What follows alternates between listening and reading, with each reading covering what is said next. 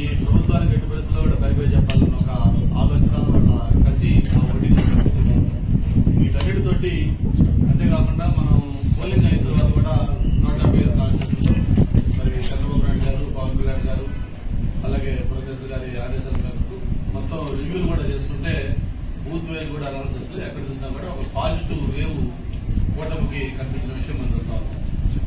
అయితే దీన్ని డైవర్ట్ చేస్తూ వైసీపీ నాయకులు జగన్మోహన్ రెడ్డి గారు మన 2 నెలల ముందు ఆయన పీకే టీం ఏదైతే ఐపాక్ టీం ఉందో ఐపాక్ టీంతో మాట్లాడినప్పుడు ఆయన చేసిన కామెంట్స్ కానీ ప్రజలు షాక్ అవుతారని చెప్పాడు. ప్రజలు దేశం కూడా వాళ్ళు చెప్తా ఉన్నారు 9వ తారీఖు. ఆ 9వ తారీఖున జగన్మోహన్ రెడ్డి గారు కాదు, చంద్రబాబు నాయుడు గారు ఈ రాష్ట్ర 3వ ముఖ్యమంత్రిగా మళ్ళీ ఆయన ప్రమాణ స్వీకారం చేపడతా ఉన్నారు.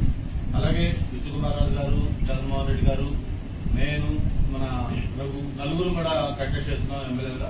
నలుగురు కూడా అసెంబ్లీలో అడుగు పెట్టబోతాం. దీన్ని ఘంటాపరంగా చెప్తాను. అందరూ కూడా మంచి మెజార్టీతో ఎన్డీఏ కూటమి అభ్యర్థులు గెలవబోతా ఉన్నారు. Thank you.